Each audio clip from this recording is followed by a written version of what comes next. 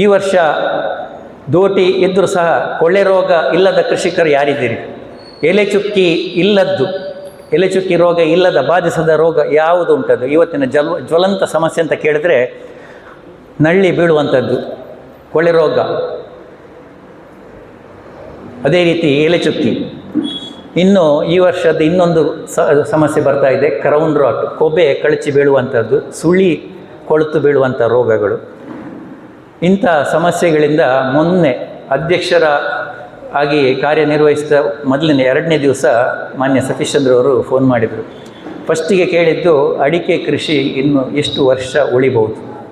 2 ವರ್ಷ ಉಳಿಬೋದಾ? 2 ವರ್ಷ. ನಾನು ಹೇಳಿದೆ, ಸರಿ, ಈ ವರ್ಷವೇ ನಮಗೆ ಅಡಿಕೆಗೆ ಸ್ಪ್ರೇ ಮಾಡಿದ ಹಣ ನನಗೆ ಈ ವರ್ಷದ ಹಣದಲ್ಲಿ ಇದರಲ್ಲಿಗೆ ಈ ವರ್ಷದ ಆದಾಯದಲ್ಲಿ ಖಂಡಿತ ಬರಲಿಕ್ಕಿಲ್ಲ ಅಂತ ಕಾಣ್ತಾ ಇದೆ. ನಂದಂತಲ್ಲ ಪರಿಸ್ಥಿತಿ, ಸುಮಾರು 75% ಜನರದ್ದು ಸಹ ಇದೇ ಪರಿಸ್ಥಿತಿ. ನನಗಿಂತ ಹೆಚ್ಚು ರಾಮಕಿಶೋರಿಗೆ ಗೊತ್ತಿದೆ, ಅವರ ತಂಡ ಎಷ್ಟು ಸ್ಪ್ರೇ ಮಾಡ್ತಾ ಇದೆ, ಎಲ್ಲೆಲ್ಲ ಸ್ಪ್ರೇ ಮಾಡ್ತಾ ಇದೆ, ಒಂದು ಸ್ಪ್ರೇಗೆ ಎಷ್ಟು ಖರ್ಚಿದೆ ಅಂತೇಳಿ. ಇಂಥ ಸಮಸ್ಯೆಗಳು, ಇದು ನಾವು ಹೇಳ್ತೇವೆ, ಇದು ಹವಾಮಾನದ ವೈಪರೀತ್ಯ ಇರಬಹುದು ಅಥವಾ ಬೇರೇನೋ ಸಮಸ್ಯೆಗಳಿರ್ಬೋದು. ನಮ್ಮ ಮಣ್ಣಿನ ಆರೋಗ್ಯವು ಗುಣಮಟ್ಟ ತೀರಾ ಕುಸಿದಾಗಲೂ ಸಹ ಇಂಥ ರೋಗಗಳು ಬರುವಂಥದ್ದು ಸರ್ವೇ ಸಾಮಾನ್ಯ.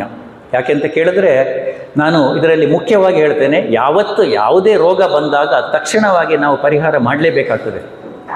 ಈಗ ಸಾಕಷ್ಟು ಅದರ ಬಗ್ಗೆ ನಾನು ಎಲೆ ಚುಕ್ಕಿಗೆ ಯಾವುದೆಲ್ಲ ಸಮಸ್ಯೆ ಅಂತ ಇದು ಯಾವುದೆಲ್ಲ ಸ್ಪ್ರೇ ಅಂತೇಳಿ ನಾನು ಹೇಳೋದಕ್ಕಿಂತ ಹೆಚ್ಚಿಗೆ ನೀವು ಯೂಟ್ಯೂಬ್ನಲ್ಲಿ ಅಥವಾ ಬೇರೆ ಮಾಹಿತಿಗಳಲ್ಲಿ ಓದಿ ತಿಳ್ಕೊಂಡಿದ್ದೀರಿ. ಆದರೆ ಫಸ್ಟ್ ನಾವು ಮಾಡಬೇಕಾದದ್ದು ಅದಕ್ಕೊಂದು ಪರಿಹಾರ ಅಂತಂದರೆ ಸ್ಪ್ರೇ ಮಾಡಲೇಬೇಕಾಗ್ತದೆ. ಈಗ ಎಲೆ ಚುಕ್ಕಿಯ ಸಾಮಾನ್ಯವಾಗಿ ಆಗಸ್ಟ್ ತಿಂಗಳಲ್ಲಿ ಎಲೆ ಚುಕ್ಕಿಯ ಆ ರೋಗದ ಫಂಗಸ್ ಬರೋದು, ಕೊಲೆಟೋಟ್ರಿಕಮ್ ಬೇರೆ ಒಂದು ಫಂಗಸ್ಸಿನ ತಳಿಯದು. ಅದು ಆರಂಭವಾಗೋದು ಸಾಮಾನ್ಯವಾಗಿ ಆಗಸ್ಟ್ ಸೆಪ್ಟೆಂಬರು ಆ ಸಮಯದಲ್ಲಿ. ಅದಕ್ಕಿಂತ ಮೊದಲು ನಮಗೆ ಕೊಳೆ ರೋಗದ ಸಮಸ್ಯೆ ಇರ್ತದೆ.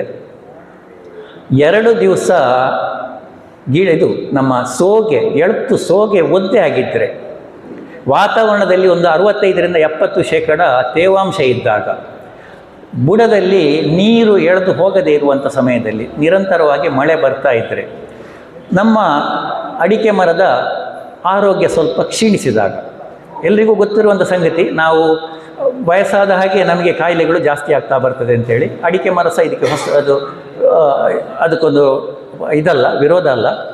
ಅದೇ ಅಂಥ ಸಮಸ್ಯೆ ಇದ್ದಾಗ ಈ ಎಲೆ ಚುಕ್ಕಿ ರೋಗ ಆರಂಭದಲ್ಲಿ ಕೆಲವೇ ಮರಗಳಲ್ಲಿ ಕಾಣಿಸ್ತದೆ, ಜಾಸ್ತಿ ಆಗ್ತದೆ, ಮತ್ತು ಅದು ಭಯಾನಕ ರೂಪವನ್ನು ಪಡೀತದೆ. ಯಾಕೆಂತ ಕೇಳಿದರೆ, ಈಗ ಕಳೆದ ವರ್ಷದವರೆಗಿನ 2-3 ವರ್ಷದ ನಮ್ಮ ಹವಾಮಾನ ನೋಡಿದರೆ ನಮಗೆ ನಾವು ನೀರು ಹಾಕಿದ್ದು ತೀರಾ ಕಡಿಮೆ. ಕಳೆದ ವರ್ಷ ಅಂತೂ 1 ತಿಂಗಳೇ ನಾವು ನೀರು ಹಾಕಿದ್ದೇವೆ.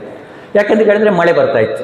ಈ ನಿರಂತರವಾಗಿ ಮಳೆ, ಬಿಸಿಲು, ವಾತಾವರಣದಲ್ಲಿ ತೇವಾಂಶ ಜಾಸ್ತಿ ಅಂತ ಹೇಳಿದ ತಕ್ಷಣ ಇಂಥದ್ದು ಈ ಶಿಲೀಂಧ್ರಗಳು ಬರುವುದು ಸರ್ವೇ ಸಾಮಾನ್ಯ. ಅದಕ್ಕೆ ಎಲ್ಲಿಂದ ಬರ್ತದೆ ಅಂತ ಕೇಳಿದರೆ, ನಮ್ಮ ತೋಟದಲ್ಲಿಯೇ ಒಟ್ಟಿಗೆ ಇರ್ತದೆ. ಅಡಿಕೆ ಸಿಂಗಾರದಲ್ಲಿ ಇರ್ತದೆ, ಸಿಂಗಾರ ಕೊಳ್ತು ಅಥವಾ ಒಣಗಿ ಬಿದ್ದಿರ್ತದೆ. ಆ ಒಣಗಿದ ಸಿಂಗಾರದಲ್ಲಿ ಸಹ 2 ರೀತಿಯ ಫಂಗಸ್ ಇರ್ತದೆ. ನಮ್ಮ ಎಲ್ಲ ಇದರಲ್ಲಿ ಕೊಳೆ ರೋಗದ ಫಂಗಸ್ ಇರ್ತದೆ, ಕೊಲೆಟೋಟ್ರಿಕಮ್ ಸಹ ಇದ್ದೇ ಇರ್ತದೆ. ಅದು ಎಷ್ಟು ಪ್ರಮಾಣದಲ್ಲಿ ಅಂತೇಳಿ ಇನ್ನೂ ಸಹ ಅದರ ಬಗ್ಗೆ ಯಾರೂ ಅಧ್ಯಯನ ಮಾಡಲಿಲ್ಲ. ಅದು ಅಥವಾ ಹಳತು ಈ ಎಲೆ ಚುಕ್ಕಿ ಇರುವಂಥದ್ದು, ಎಲೆ ಚುಕ್ಕಿ ಅಂತ ಹೊಸ ರೋಗ ಅಲ್ಲವೇ ಅಲ್ಲ. ಇದು ಬಹಳಷ್ಟು ವರ್ಷಗಳಿಂದ ನಮ್ಮ ನೆರಳಿರುವ ತೋಟಗಳಲ್ಲಿ, ಎಡೆಗಿಡಗಳಲ್ಲಿ, ಸಣ್ಣ ಗಿಡಗಳಲ್ಲಿ ಅದು ಎಲೆ ಚುಕ್ಕಿಯ ಆ ಚುಕ್ಕಿ ಸಾಮಾನ್ಯವಾಗಿ ಇರ್ತಿತ್ತು. ಆದರೆ ಈ ರೀತಿಯ ಭಯಾನಕ ರೂಪವನ್ನು ಪಡಿತಾ ಇರಲಿಲ್ಲ ಅದು.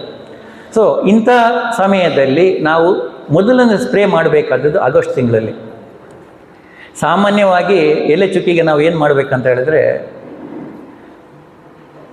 ಎಳತು ಎಲೆಗಳಿಗೆ ಹಳತು ಎಲೆ ಚುಕ್ಕಿ ರೋಗ ಬಂದು ಅದಲ್ಲಿ ಕರಿಂಚುತ್ತದೆ ಅಂತ ನಮ್ಮಲ್ಲಿ ಹೇಳಿದಾಗ, ಆ ಕರಿಂಚಿದ ಮೇಲೆ ಅದಕ್ಕೆ ಮದ್ದು ಬಿಡುವುದು ದೊಡ್ಡ ಸಂಖ್ಯೆ ಏನಿಲ್ಲ. ಯಾಕೆಂತ ಕೇಳಿದ್ರೆ ಒಮ್ಮೆ ಅದನ್ನು ಕೊಲ್ಬೋದು, ಆದರೆ 1-2%, ಒಂದು 15-20% ಆ ಫಂಗಸ್ ಅಲ್ಲಿಯೇ ಉಳಿತದೆ.